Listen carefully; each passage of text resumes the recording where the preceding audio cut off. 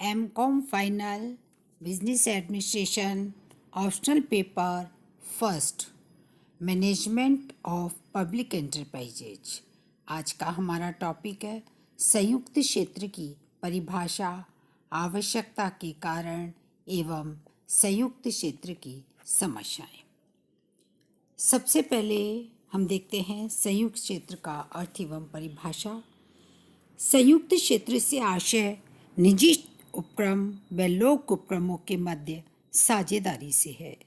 संयुक्त क्षेत्र के उपक्रमों में पूंजी विनियोजन में दोनों प्रकार के क्षेत्रों का योगदान रहता है। इन उपक्रमों की प्रबंध व संचालन व्यवस्था संचालक मंडल द्वारा की जाती है।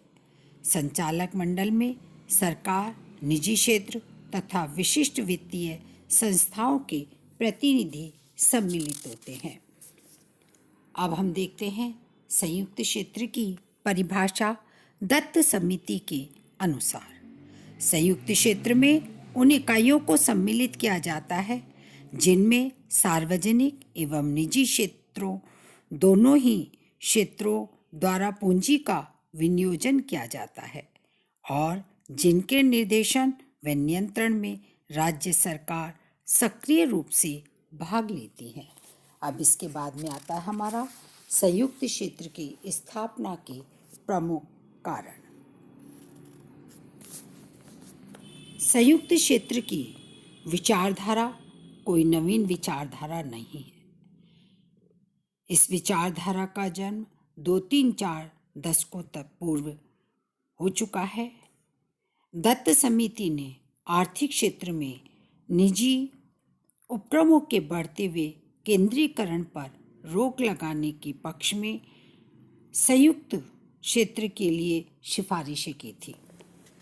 भारत में संयुक्त क्षेत्र की आवश्यकता व स्थापना के प्रमुख कारणों में हम देखते हैं, सबसे पहला आता है एकाधिकारी प्रवृत्ति पर अंकुश। हमारे देश में उद्योगों के विकास के लिए मिश्रित अर्थव्यवस्था की नीति को अपनाया गया है, जिसमें अनेक आधारभूत उद्योगों को सार्वजनिक क्षेत्र के अंतर्गत रखा गया है। अनेक उपक्रम ऐसे हैं जिन पर निजी क्षेत्र का एकाधिकार है। निजी साहसी अपने लाभ के लिए जनता का शोषण करते हैं। ये जनता को घटिया किस्म की वस्तुएं प्रदान करते हैं तथा वस्तुओं की बाजार में कृत्रिम कमी दिखाकर ऊंचे मूल्य वसूल करते हैं। इसका जन सामान्य पर बुरा असर पड़ता है। निजी उपक्रमों की इस एकाधिकारी प्रवृत्ति को रोकने के लिए संयुक्त क्षेत्र की विचारधारा की आवश्यकता अनुभव की गई। दूसरा कारण आता है निजी क्षेत्र का कुशल प्रबंध। संयुक्त क्षेत्र के अंतर्गत निजी व लोक उपक्रमों का संयुक्त लाभ उठाया जा सकता है। निजी उपक्रम के पास प्रबंध योग्यता लोक उपक्रमों की तुलना में अधिक होती है, किंतु इनके पास प्राय वित्त का अभाव होता है। दूसरी ओर लोक उपक्रमों में सरकारी उपक्रम होने के कारण वित्तीय अभाव तो नहीं पाया जाता, किंतु प्रबंध योग्यता निजी उपक्रमों की तुलना में कम होती है।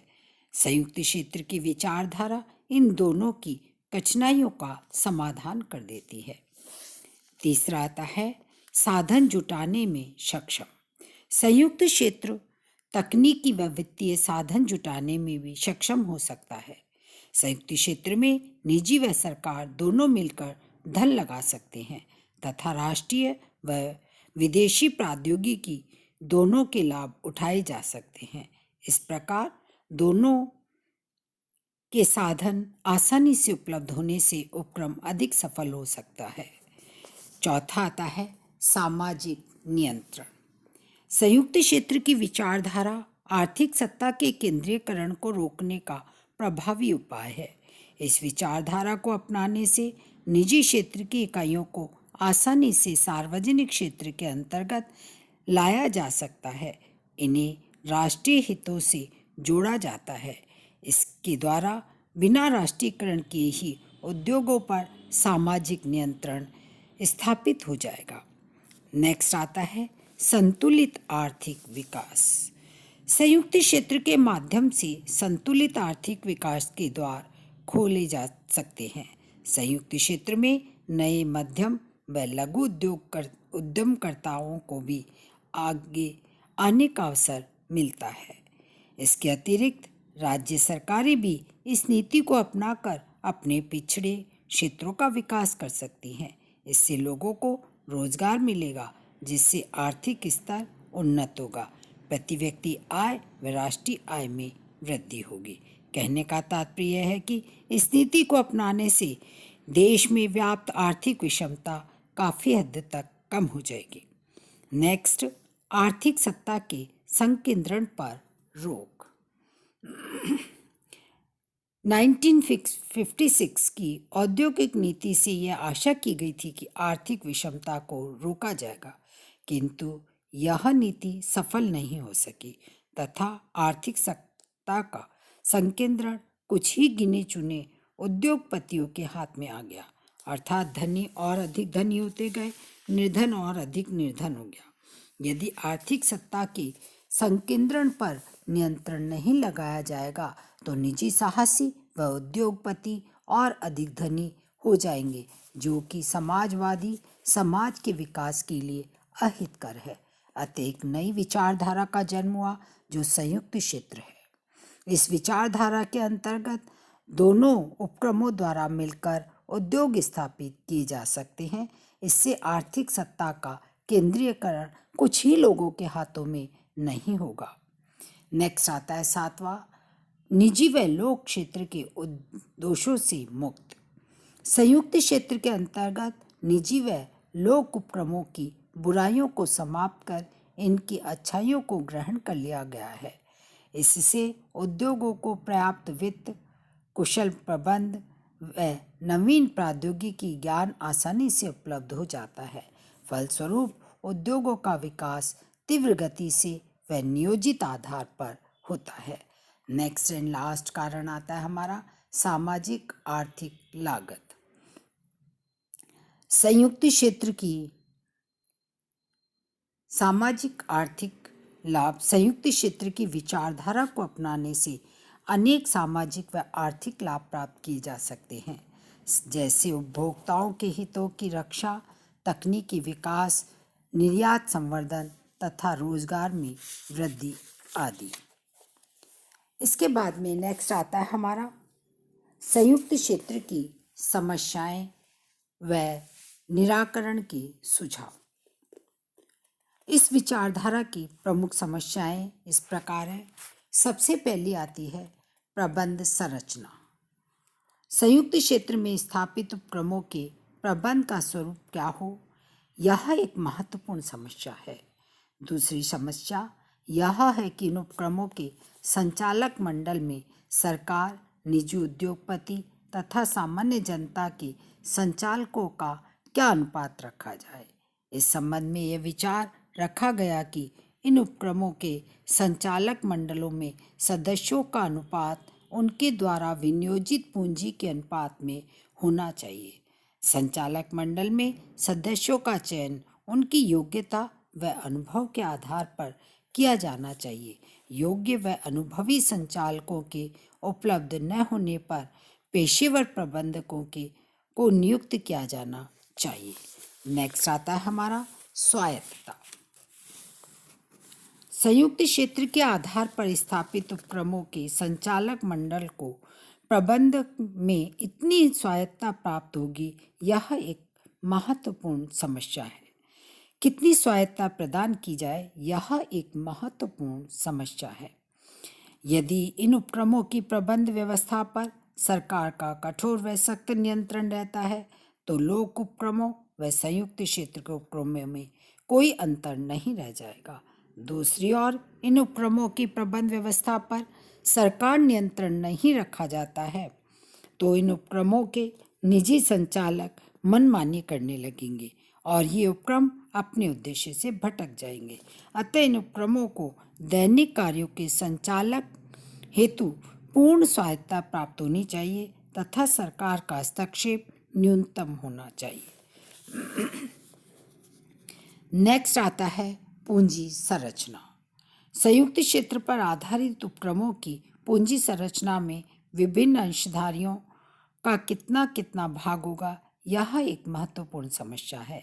इस संबंध में केंद्र सरकार द्वारा राज्य सरकारों द्वारा दिए गए निर्देशों के अनुसार यह स्पष्ट हो जाता है कि ऐसे उपक्रमों की पूंजी में सरकार का 26%, निजी उद्योगपतियों का 25% और सामान्य जनता व विशिष्ट वित्तीय संस्थाओं का 49% हिस्सा होना चाहिए।